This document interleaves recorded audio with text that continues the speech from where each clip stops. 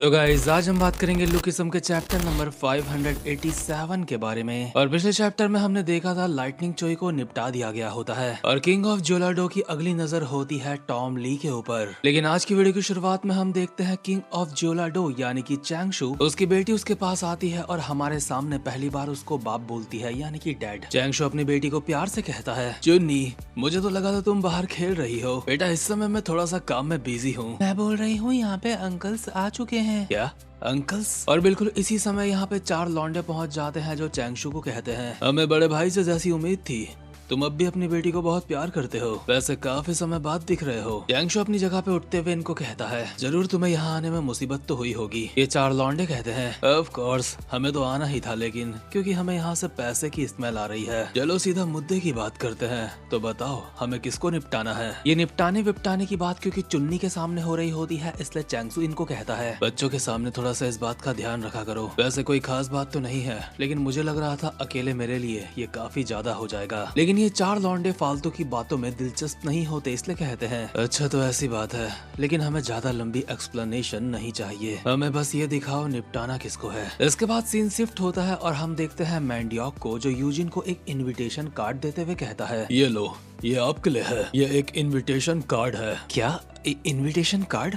मैंडियोक तुम शादी कर रहे हो? नहीं, ये मेरा नहीं है, आप इसको खुद रीड करो, आपको पता चल जाएगा। यूशोंग भी यूजिन के साथ इस कार्ड को पढ़ रहा होता है और यूजिन मैंडियोक को कहता है, एक पल के लिए तो मैं डर ही गया था, मैंने इसकी बिल्कुल भी उम्मीद नहीं करी थी। लेकिन बात क्या है? उन्होंने इसकी तारीख इससे बहुत ज्यादा जल्दी रखी है जो मैंने सोचा था। खैर छोड़ो, चलो उन्हें कांग्रेचुलेट तो कर ही देते हैं। इसके अगले सीन में ये तीनों एक ऐसी जगह पे पहुंचते हैं जहाँ पे किस्मत आजमाई जाती है। ये लोग यहाँ पे काफी दिनों बाद आ रहे होते हैं, इसलिए इन्हें अच्छा लग रहा होता है यहाँ पे आके। और इनके सामने जो पिक योर फॉर्च्यून नाम का एक गेम होता है, यूजिन उसको ट्राई करने के लिए अपने साथ के बंदों को कहता है। मैंडियोक को यूजिन की ये बात थोड़ी सी हैरान करती है, इसलिए कहता है, क्या आप इसको ट्राई करना चाहते हो, लेकिन आप ऐसी चीजों के ऊपर यकीन नहीं करते हो। हाँ, मैं ऐसी चीजें पसंद नहीं करता हूँ, लेकिन ये सिर्फ एक गेम है, ऊपर से इसके नतीजे भी बिल्कुल रैंडम होंगे। अगर ऐसी बात है तो आप इसे ट्राई कर ही क्यों रहे हो? क्योंकि वर्कर सब नए तरीके से चीजों को देखने लगी है, मैं बस ये फन के लिए कर रहा हूँ। इसके बाद जब ये तीनों इस गेम को खेलते हैं तो इन तीनों को एक रेड बॉल निकलती है मशीन से, और इस बॉल के अंदर इनकी किस्मत लिखी होगी। सबसे पहले मैंडियोक अपनी बॉल को खोलता है और हम देखते हैं उसमें लिखा होता है कि इसकी किस्मत काफी अच्छी चल रही है या फिर काफी अच्छी चलेगी।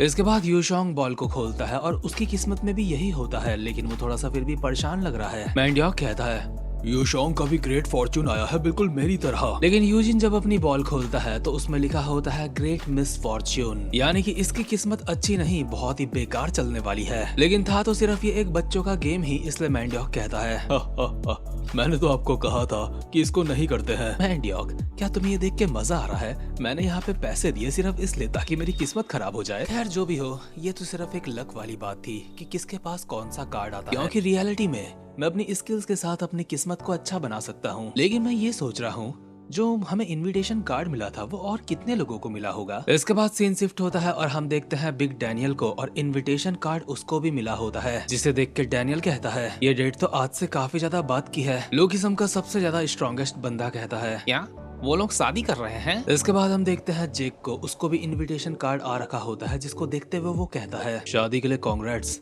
लेकिन ये तुम मुझे क्यों भेज रहे हो? इसके बाद हम वैरन और शैली को देखते हैं, वो भी इनविटेशन कार्ड आने के बाद कहते हैं, ये किसका शादी का कार्ड है, मुझे ठीक से याद नहीं आ रहा है। मैंने भी उम्मीद नहीं करी थी कि वो हमें इनवाइट करेंगे। इसके बाद हम सैमुअल को देखते हैं, ऑब्वियसली उसे भी कार्ड आया होता है और वो एक फिटनेस वाली बुक पढ़ते हुए कहता है, और हाँ, फिटनेस वाली बुक पढ़ते हुए भाई के दूसरे हाथ में सिगरेट है। और ऐसे में ही सैमुअल कहता है, ये क्या बकचोदी है, कार्ड तो ऐसे भेजा है जैसे हम कितने ज्यादा करीबी होंगे। इसके बाद हम जाइलंग और वीवी को देखते हैं, वो भी कार्ड आने के बाद कहते हैं, उन्हें पता कैसे चला कि इस कार्ड को यहाँ भेजना है उन्हें? हाँ, लेकिन मुझे तो पता था ना। इसके बाद हम नीले से कपड़ों में एक बंदे को देखते हैं जो कार्ड को देखते हुए कहता है, पागल साला। इसके बाद सीन शिफ्ट होता है और हम देखते हैं टॉम ली को, जो मस्त अपना पैक बना रहा होता है और उसकी टेबल में भी इन्विटेशन कार्ड पड़ा होता है, और सामने होते हैं दो टीम मेंबर जो टॉम को कहते हैं, बॉस क्या कोई दिक्कत है?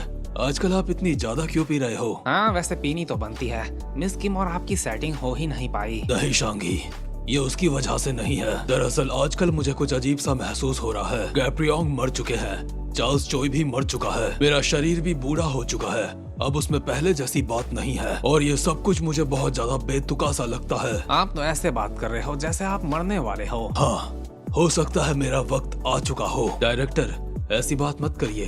आपके बिना व्हाइट टाइगर जॉब सेंटर का क्या होगा? वैसे भी हमें जो यहाँ पे काम मिलता है वो आपकी वजह से ही मिलता है। हाँ, मैं अब भी जिंदा हूँ और अपने काम कर रहा हूँ, लेकिन अभी मैं अकेला रहना चाहता हूँ, इसलिए इस इनविटेशन को अपने साथ लेके जाओ। लेकिन ये इनविटेशन कार्ड हमारा नहीं है। क्या ये हमारा नहीं है? तो इसमें जो ये लिखा है कुरोदा रयू है, आखिर ये साला कौन है? इसके बाद सीन शिफ्ट होता है और हम देखते हैं दूल्हे को, यानी कि कुरोदा रयू है, जो कहता है जल्दी ही सारे इनविटेशन कार्ड सब तक पहुंच जाएंगे। इतने में ही दुल्हन सज धज के यहाँ पे पहुँचती है और कहती है, तुम काफी ज्यादा मेहनत कर रहे हो, लेकिन ये अजीब बात है, इनविटेशन कार्ड तो लास्ट में भेजे जाते हैं ना। लेकिन मुझसे इंतजार नहीं होता। मैं सबको बताना चाहता हूँ कि मैं तुमसे शादी कर रहा हूँ। वैसे हमारी शादी को अभी काफी टाइम है, लेकिन दरअसल कुरोदा जब अभी मित्सुकी को देखता है तो उसको देख के वो बिल्कुल फिदा सा हो चुका होता है, इसलिए ही उसके शब्द रुक गए। मित्सुकी कहती है, हे क्या हुआ? क्या मैं अजीब लग रही हूँ? तुम कुछ कहते क्यों नहीं? ये सच में काफी अजीब बात है। हाँ देखा, मुझे पता था मैं अजीब लग रही हूँ। ये काफी अजीब बात है, मेरा दिल बहुत तेज से धड़क रहा है। क्या? सोमा मित्सुकी, मैं शुरुआत में बस फालतू की बकचोदियां करता रहता था तुम्हारे सामने। तुम्हें देख के मेरा रोम रोम ठरक से भर जाता था और हमेशा मैं बस तुम्हारे साथ मजे करने की बातें करता था, लेकिन आज ऐसा नहीं है। अब रात से ज्यादा तुम मुझे दिन में पसंद आने लगी हो। मैं कसम खाता हूँ तुम्हारे लिए ही जीऊंगा और तुम्हारे लिए ही मरूंगा। तुम्हारा शुक्रिया मेरी जिंदगी में मुझे एक स्टेबिलिटी देने के लिए। देखो यार, रियोहे ने बातें तो बहुत ज्यादा रोमांटिक करी होती हैं, लेकिन अपनी ठरक को वो फिर भी छुपा नहीं पाया, क्योंकि मित्सुकी को देख के उसके पैंट के सामने एक पिरामिड बन चुका है। इसलिए मित्सुकी उसको कहती है, तुम ये क्या कर रहे हो? क्या तुम्हारे अंदर अब भी ठरक ही आ रही है मुझे देख के? माफ करना मित्सुकी, लेकिन लगता है उगता हुआ सूरज ढलना नहीं चाहता। तुम्हारा सच में मुझे समझ नहीं आता, क्या तुम्हें सिर्फ मेरी बॉडी से प्यार है? खैर, रियोहे हराम ज्यादा नहीं सुधरने वाला। इसकी वजह से मुझे ऐसा लग रहा था जैसे मैं हेंटाई एक्सप्लेन कर रहा हूँ। लेकिन इसके बाद सीन शिफ्ट होता है और हम देखते हैं डैनियल की झोपड़पट्टी का सीन, जहाँ पे अपनी बड़ी बॉडी को तकिया बना के ये भाई साहब उसके ऊपर लेटे हुए होते हैं और सोच रहे होते हैं यूजिन के बारे में। यूजिन हमेशा एक मुश्किल दुश्मन रहा है, लेकिन जेम्स ली और गीटे किम ने गैप्रियोंग को मारा है। ये बात मैं सिर्फ अपने तक नहीं रख सकता, इसलिए डैनियल सीधा कॉल करता है जेक किम को, जो कार चला रहा होता है। डैनियल उसको कहता है, आजकल तुम्हें कैसा महसूस हो रहा है? थोड़ा हिलना डुलना थोड़ा सा मुश्किल रहता है, लेकिन तुम पहले से बेहतर तो हो रहे हो ना? क्या फोन तुमने इस वक्त स्पीकर पे डाला है? डैनियल, अभी मैं ड्राइव कर रहा हूँ।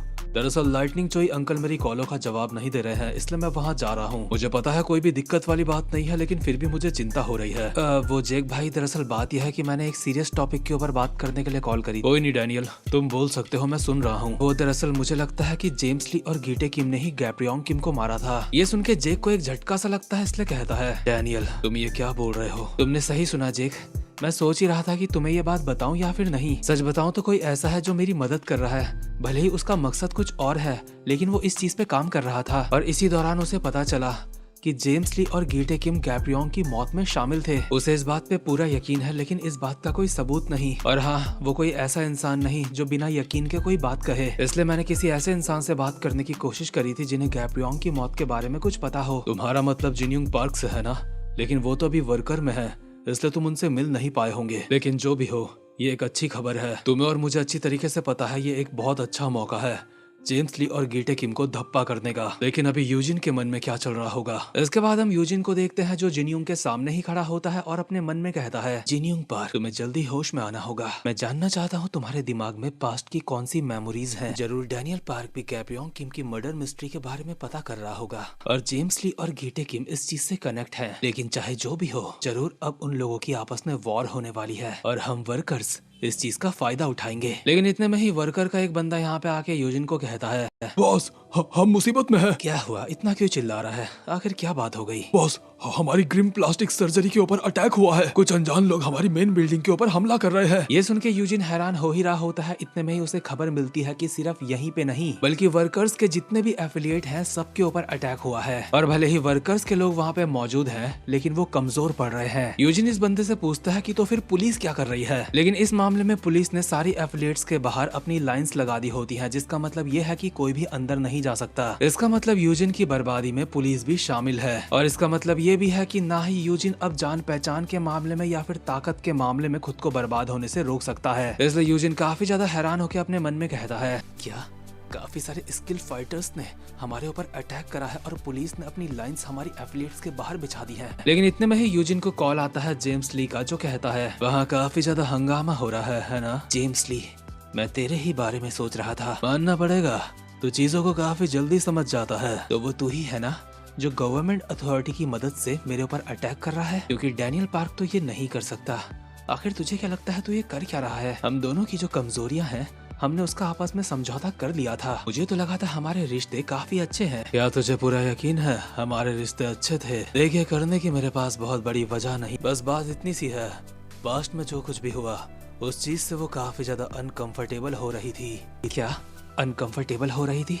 आखिर तुम किसकी बात कर रहे हो? तुम क्या बोल रहे हो? खैर, मैंने फैसला कर लिया है, तुम सबको निपटा दूंगा। तू, जिनयोंग पार्क और बाकी के जितने भी लोग हैं, तुम सबको कुछ ज्यादा ही पता है, इसलिए आज के दिन मैं तुम सबको निपटाने वाला हूँ जिन्हें पास्ट के इंसिडेंट के बारे में पता है। हम देखते हैं लाइटनिंग चोई तो निपट चुका होता है और टॉम जो अपने सोफे में लेटा हुआ होता है उसके बगल में भी कुछ लोग आ चुके होते हैं उसको निपटाने के लिए। और जेम्स ली अब भी यूजिन को बोल रहा होता है, एक बहुत ही चालाक बंदा गाँव के इलाके से आया है और उसने ही ये सब कुछ तैयार करा है, इसलिए मैंने उसे वादा करा है जितना हो सकेगा उसकी मदद करूंगा। वैसे भी तेरा गेम बजाने वाला इंसान मैं ही हूँ और इस बार काउंटर अटैक करना तेरे लिए भी काफी ज्यादा मुश्किल होने वाला है। तू आसान दुश्मन नहीं है, इसलिए उस बंदे ने तेरे लिए काफी अच्छे से तैयारी करी है और मैं तो ये देखना चाहता हूँ कि तू कितनी देर तक टिक पाता है। और एक जीनियस जिसको सब जानते हैं उसकी मौत कैसी होगी? वैसे देखा जाए तो 4 मेजर क्रूज में से हमेशा से ही 3 की ही बैंड बजी थी, लेकिन वर्कर्स हर बार बजती गई, लेकिन इस बार नहीं।